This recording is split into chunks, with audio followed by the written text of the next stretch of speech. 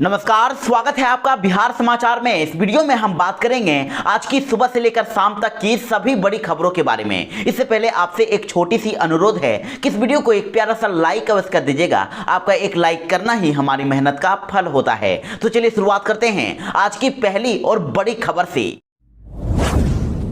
बिहार में आज भी भारी बारिश हो रही है। मौसम विभाग ने आज और कल 2 दिनों के लिए बारिश को लेकर येलो अलर्ट जारी कर दिया है।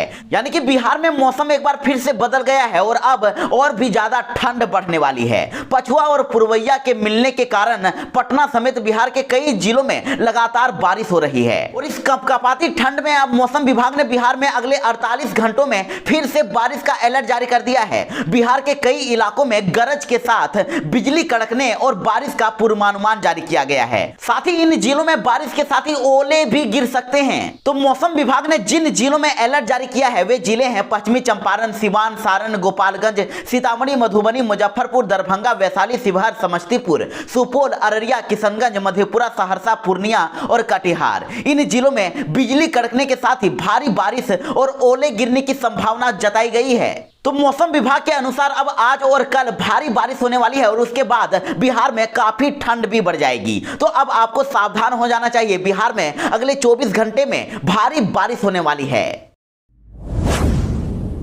तेजस्वी यादव ने बड़ा बयान दे दिया है। उन्होंने कह दिया है कि वो उत्तर प्रदेश में चुनावी रैलियों का संबोधन करने वाले हैं। अखिलेश यादव को मुख्यमंत्री बनाने के लिए वो अभियान चलाने वाले हैं। जी हां, बिहार में एनडीए में शामिल भाजपा और जदयू एक तरफ जहां उत्तर प्रदेश में आमने सामने नजर आने वाले हैं, तो वहीं दूसरी तरफ अब नेता प्रतिपक्ष तेजस्वी यादव यूपी चुनाव में अखिलेश यादव को मुख्यमंत्री बनाने के अभियान पर आगे बढ़ने वाले हैं। यानी कि तेजस्वी यादव अब यूपी में चुनाव प्रचार करने वाले हैं। फिलहाल का वर्चुअल रैली को संबोधन करने का कार्यक्रम है और समाजवादी पार्टी को बिना शर्त समर्थन का ऐलान करने के साथ ही राजद और उनके नेताओं ने अब यूपी जाने का मन भी बना लिया है।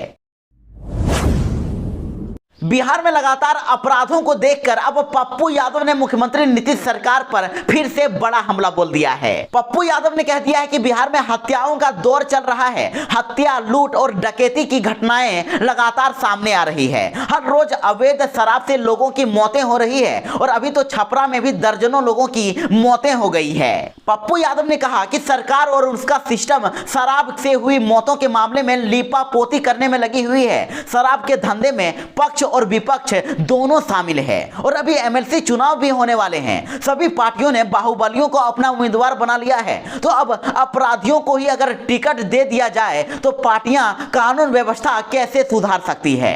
पप्पू यादव ने कहा कि बिहार सरकार को शराबबंदी कानून पर एक सर्वदलीय बैठक बुलाकर इस कानून की समीक्षा करनी चाहिए और अवैध शराब माफियाओं पर कठोर कार्रवाई करनी चाहिए। तो वहीं उन्होंने कह दिया कि बिहार में हालात ठीक नहीं है और बिहार में जल्दी ही मध्यावधि चुनाव हो सकता है।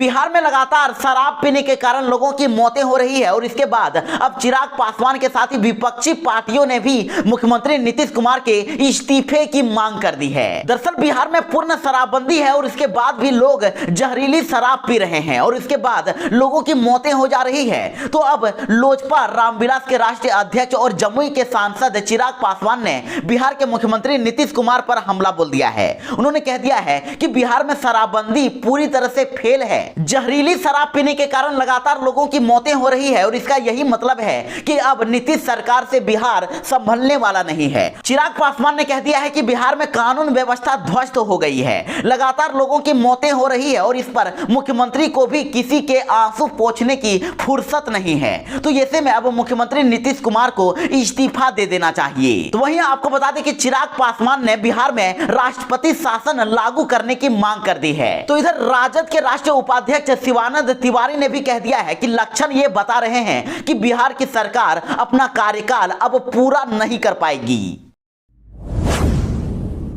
तो वहीं कोरोना वैक्सीन को लेकर एक बड़ी खबर आ रही है। बिहार में अब 12 से 14 साल तक के बच्चे को भी कोरोना की वैक्सीन दी जाएगी। दरअसल कोरोना वायरस से नाबालिग बच्चों को बचाने की कवायद अब तेज हो गई है और अभी 15 साल से 18 साल तक के उम्र के बच्चों को लगातार वैक्सीन लगाई जा रही है और अब टीकाकरण अभियान में 12 से 14 साल तक के बच्चों को भी शामिल किया जाएगा। इन बच्चों को टीका लगाने का अभियान मार्च में शुरू हो सकता है।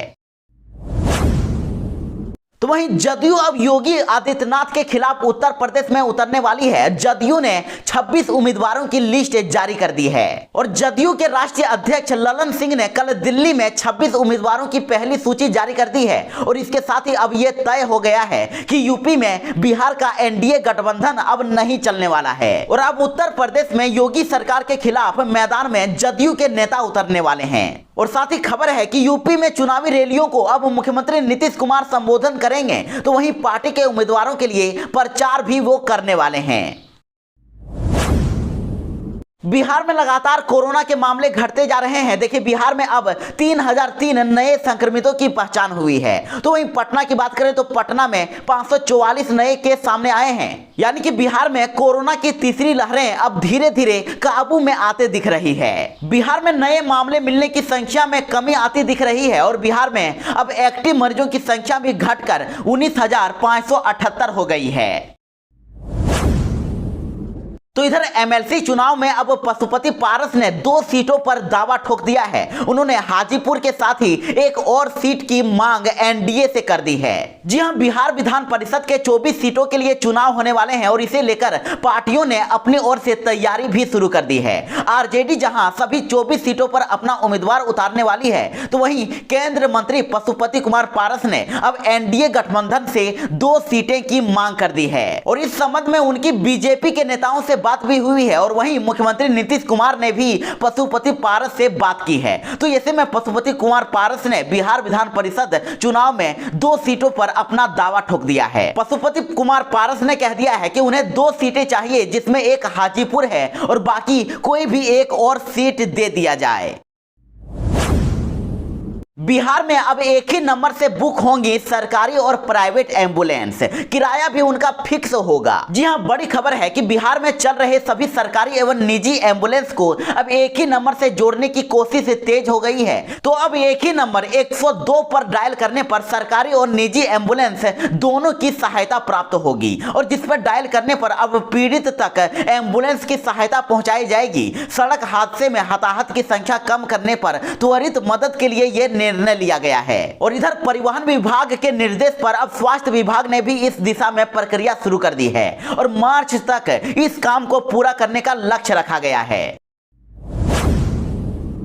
तो इधर नल जल योजना के लाभुकों के लिए बड़ी खबर है। अब उन्हें हर महीने 30 रुपए सरकार को देने होंगे। जी हां, सरकार का कहना है कि हर घर नल जल योजना के तहत शुद्ध पानी हर घरों में पहुंचाया जा रहा है और लेकिन इसमें हजारों लीटर पानी बर्बाद भी हो रहा है और इसको रोकने के लिए अब निगरानी टीम बनाई गई है जो पानी बर्बाद होने के साथ साथ कई तरह की जिम्मेदारी निभाने वाली है और इसको लेकर अब पीएचईडी विभाग राज्य के जितने भी नल जल योजना के लाभुक हैं उनसे हर महीने 30 रुपए वसूलने वाली है। यानी कि अब आपको अगर नल जल योजना के तहत पानी चाहिए तो आपको इसके लिए सरकार को हर महीने 30 रुपए देने होंगे और जो लाभुक पैसा नहीं देंगे उनको नोटिस दिया जाएगा। नोटिस देने के बाद भी अगर वो पैसा नहीं देते हैं तो उनका कनेक्शन काट दिया जाएगा और फिर दोबारा कनेक्शन लेने के लिए उनको एक्स्ट्रा 300 रुपए का भुगतान करना होगा।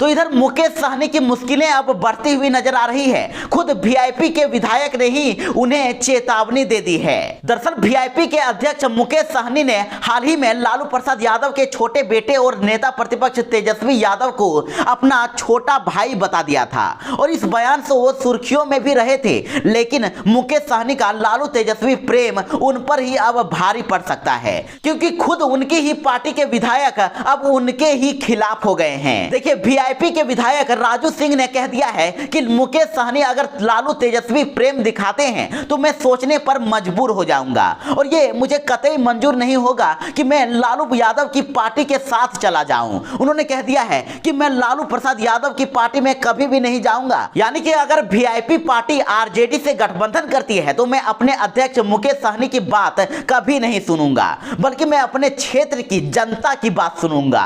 तो ऐसे में अब लग रहा है कि वीआईपी में भी बड़ी टूट हो सकती है। तो इधर आपको बता दें कि 243 स्थानीय विधानसभा में अभी विपक्ष में 115 विधायक हैं, तो वहीं एनडीए में 127 विधायक हैं और इसमें एनडीए में शामिल हम और वीआईपी के 4 विधायक हैं। मतलब कि बहुमत का आंकड़ा 122 है और अगर वीआईपी में टूट या फिर वीआईपी अपना समर्थन वापस ले लेती है तो ऐसे में नीतीश सरकार की मुश्किलें बढ़ सकती है और मुख्यमंत्री नीतीश सरकार मुश्किल में फंस सकते हैं, नीतीश सरकार गिर सकती है।